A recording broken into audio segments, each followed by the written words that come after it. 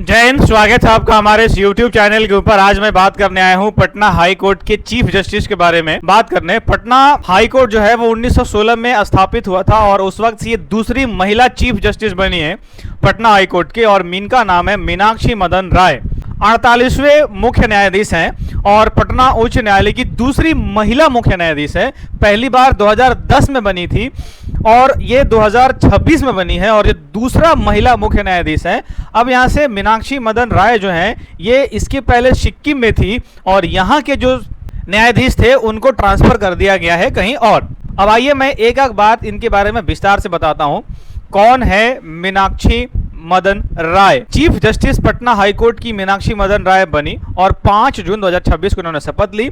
बात यह है कि अगर सुप्रीम कोर्ट का कोई जज अगर शपथ लेता है तो वो कौन दिलाता है, और अगर पटना हाई कोर्ट का अगर चीफ जस्टिस कोई शपथ ले रहा है तो वो कौन दिलाता है। जाहिर सी बात है दोनों ही केस में उस जगह पे राज्यपाल और राष्ट्रपति का काम होता है। यानी कि अगर तो मीनाक्षी मदन राय को जो है वो 5 जून 2026 को शपथ दिलाई गई, और शपथ कौन दिलाते हैं तो उस राज्य के गवर्नर, यानी हमारे राज्य के गवर्नर जो राज्यपाल हैं वो शपथ दिलाते हैं। और यदि किसी कारण से राज्यपाल नहीं रहे, किसी कारण से राज्यपाल अगर हमारे संवैधानिक पद से छोड़ना पड़ा स्वास्थ्य के गड़बड़ी के कारण या कोई भी कारण, और अगर उप राज्यपाल हो ही ना, उस केस में जनरली जो है या तो दूसरे राज्यपाल हमारे बिहार के राज्यपाल बनेंगे, जिसमें कि 7वां संविधान संशोधन में लिखा गया था ये, और या तो जो पटना हाई कोर्ट के जो चीफ जस्टिस होंगे वो उस राज्यपाल के चीजों को संभालेंगे। अगर किसी भी तरह से पटना हाई कोर्ट की चीफ जस्टिस ही वहां से सीट को खाली कर दे,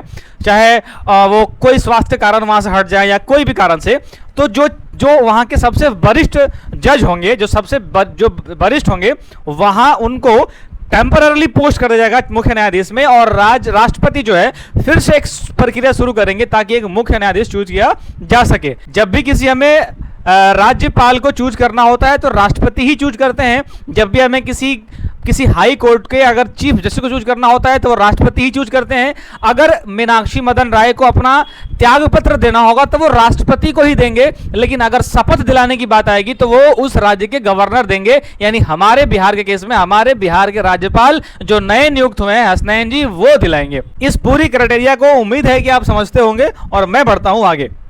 अगर आप बात करोगे कि पटना उच्च न्यायालय पटना हाईकोर्ट के मुख्य न्यायाधीश मीनाक्षी एम राय ने शुक्रवार को एक गोपनीय की शपथ एवं गोपनीयता की शपथ ली। लोकसभा में राज्यपाल सदैव अता हसनैन ने उन्हें शपथ दिलाई।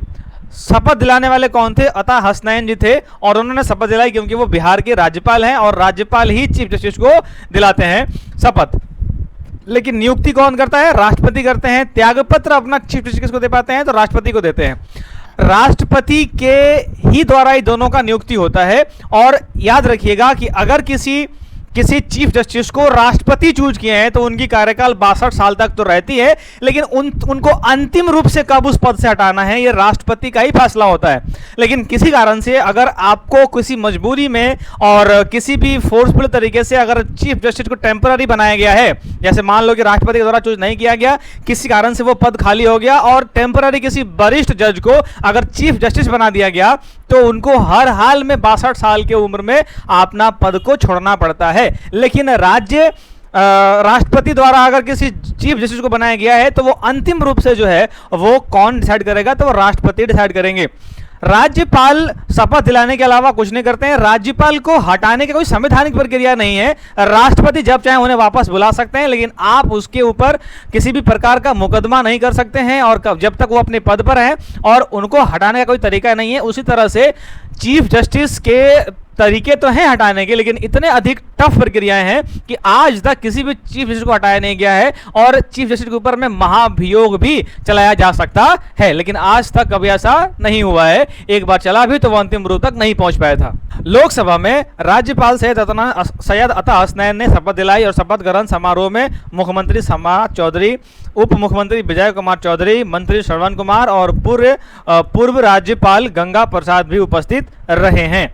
यहाँ पर अगर इनकी बात करोगे तो ये नाम इनका न्यायमूर्ति मीनाक्षी मदन राय है। पद पटना हाईकोर्ट के चीफ 5 जून 2026 को इनकी हो गई और ये पूर्ववर्ती यानी कि न्यायमूर्ति संगम कुमार साहू झारखंड के हाई कोर्ट में भेज दिया गया है। जो हमारे चीफ जस्टिस थे न्यायमूर्ति संगम कुमार साहू, वो झारखंड के हाईकोर्ट में चले गए और सिक्किम की ये पहली महिला सिविल जज थी जिनको अभी चीफ जस्टिस बनाया गया है। पटना हाईकोर्ट का यह पद जो है संगम कुमार साहू की विदाई के बाद खाली था और मीनाक्षी राय को इसके लिए चूज किया गया है। इनका जन्म जो है वो 12 जुलाई 1964 को हुआ है। जन्म गंगटोक सिक्किम में हुआ।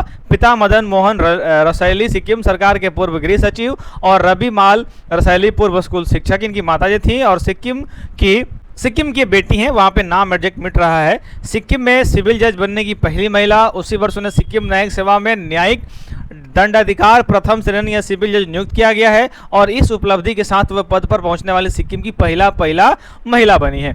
अपने न्यायिक करियर में उन्होंने जिला एवं सत्र न्यायाधीश, रजिस्ट्रार जनरल, फैमिली कोर्ट जज, NDPS कोर्ट और भ्रष्टाचार निरोध अधिनियम के विशेष न्यायाधीश सहित अनेक महत्वपूर्ण दायित्वों का निर्वहन उन्होंने किया है। न्यायाधीश मीनाक्षी M राय को 15 अप्रैल 2025 को सिक्किम हाईकोर्ट के न्यायाधीश के रूप में पदोन्नत किया गया था, यानी कि चूज किया गया था। ये है मीनाक्षी मदन राय 48वें मुख्य न्यायाधीश के रूप में शपथ ग्रहण की है और बिहार के राज्यपाल अता हसनैन ने लोक भवन में पद की एवं गोपनीयता की शपथ जो है वो दिलाई है। तो हमारी जो है ये हैं अता हसनैन जी हैं और मीनाक्षी मदन राय हैं।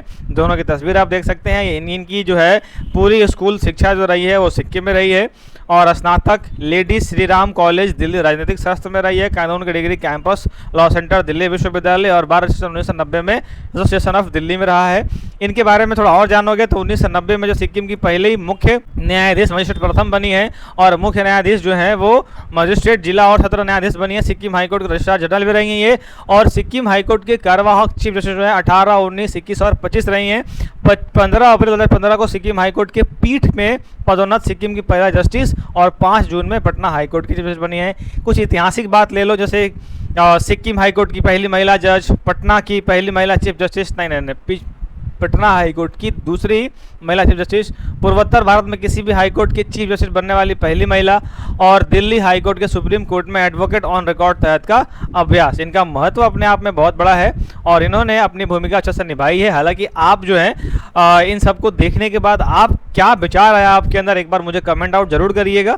साथ साथ में जाते जाते मैं एक बात बताना चाहता हूँ आपको कि हमारे बिहार के अंदर जो है, हमारे बिहार के अंदर जितने भी सवाल अभी बन सकते हैं जो हम कमीशन को हिट करने वाले हैं, वो सारा का सारा इस चैनल के ऊपर में कंप्लीटली आपको मिल रहा है। रेगुलर बेसिस पे लाइव क्लास भी मिल रहा है जो बिहार स्पेशल पे मिल रहा है। तो जो लोग अभी तक इस सेशन को ज्वाइन नहीं किए हैं वो आराम से करके और रेगुलर बेसिस पे आप देखते रहिए।